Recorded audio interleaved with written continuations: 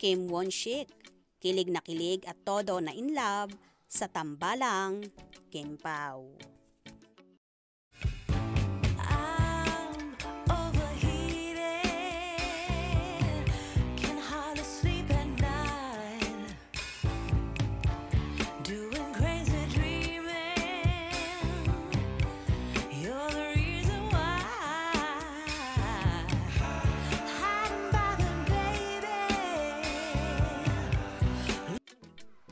Kinakiligan ng mga netizen ang larawan ni Korean actor-singer na si Kim Won-shik kasama ang ilang cast ng Philippine adaptation ng series na What's Wrong with Secretary Kim.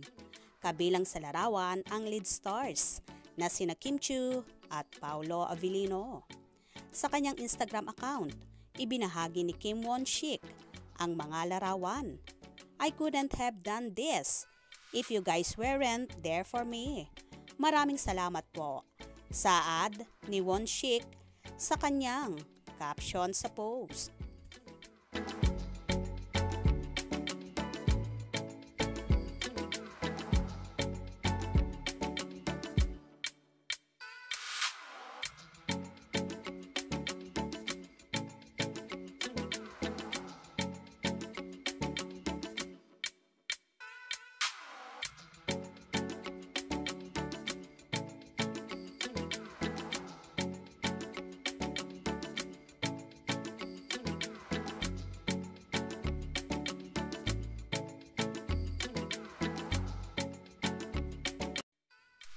Napa-comment naman si Kim Chiu nang, "It was fun working and meeting you.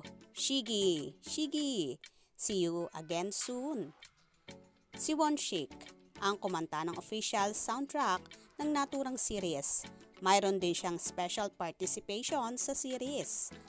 Napa-comment naman ang mga netizen sa larawan nila. "You are part of the success of What's Wrong with Secretary Kim PH. I can wait to add your OST song in my #KimPao playlist." You and Kim look good together. Hope you have a project with her soon. Hoping for you to have another project with Kim Pao.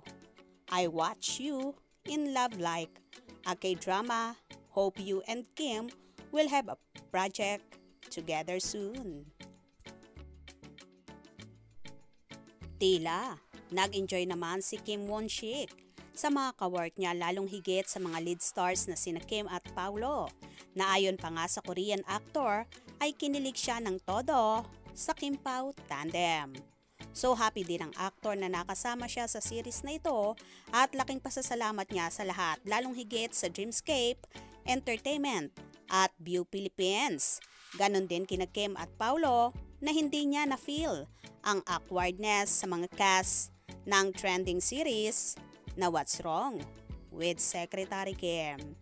Anyway, panoorin sa View apps ang pasabog at pakilig na paayuda ng Kim Pao na paniguradong mahuhok at mai-inlove kayo sa mga paayuda ng dalawa.